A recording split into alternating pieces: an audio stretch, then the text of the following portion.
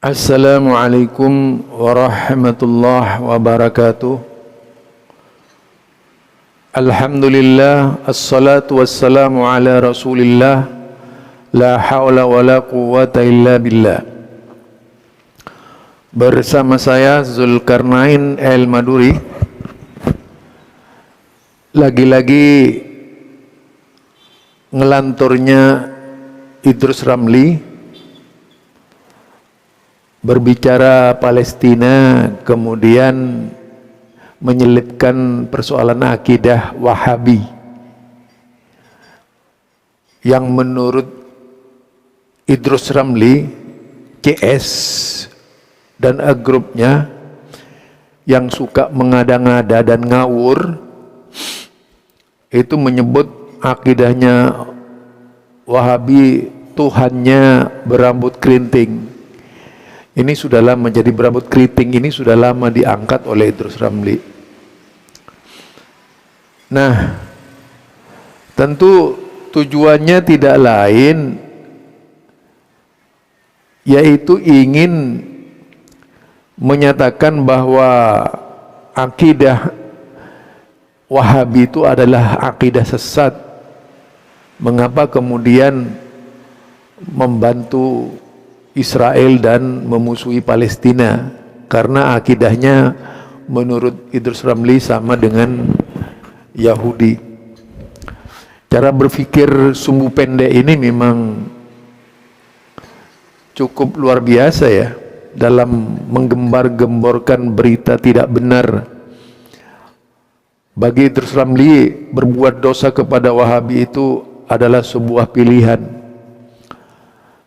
Bahkan menurutnya berbuat dosa kepada Wahabi itu bisa menjadi kunci ke surga, ya, karena dia mengajarkan dzikir untuk mengumpat, memfitnah dan menghina Wahabi.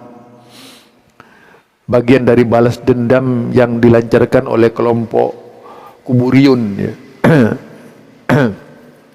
Nah, bagaimana cara berpikir jongkok Idrus Ramli? Mari kita dengar bersama langsung dari cara berbicara Idrus Ramli ini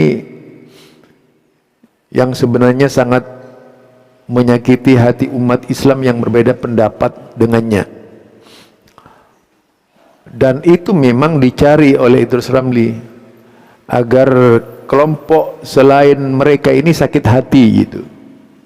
Salah satu kebiasaan buruk di kalangan orang-orang yang ngaku aswaja, jika tidak mengumpat bukanlah beragama. Untuk beragama secara benar adalah mengumpat, menghina dan memfitnah. Inilah yang dilancarkan oleh kelompok anti Wahabi. Mari kita dengar apa yang disampaikan oleh Idrus Ramli. Jenggotnya dah putih semua, tingginya 30 meter. Bedanya Tuhannya Yahudi lebih tua daripada Tuhannya Wahabi. Makanya Wahabi dilarang membantu Israel. Dilarang melawan Israel, membantu Hamas gak boleh Wahabi. Mengapa? Karena adiknya. Itu Mujassimah namanya ya. Itu perkataan Idrus Ramli yang memposisikan Wahabi sebagai Mujassimah, adiknya Israel gitu. Makanya Wahabi melarang membantu Palestina.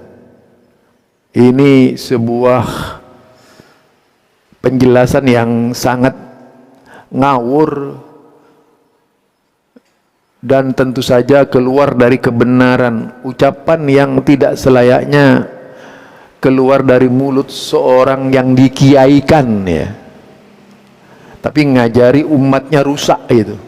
Karena umatnya itu otaknya dirusak oleh dia itu, supaya membenci orang yang beda kelompok. Ini jelas sudah kemunafikannya sebagai seorang muslim, tapi berjiwa berjiwa pelancong itu.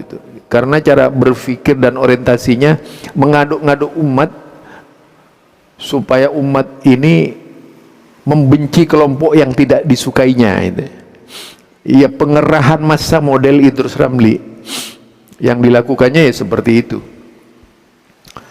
Nah, berbicara tentang Tuhan Wahabi berambut keriting ini sebenarnya berangkat dari hadis yang dikumpulkan oleh Ibnu Khuzaimah, ya,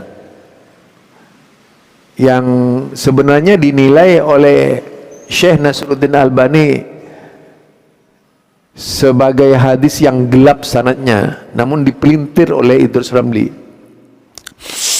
Dan sampai sekarang tidak ada satupun Wahabi yang mengatakan bahwa Tuhan Wahabi itu berambut keriting sebagaimana yang diucapkan Idrus Ramli, melainkan kajian ilmiah dalam bidang hadis yang terdapat di dalam kitab Ibnu Khuzaimah.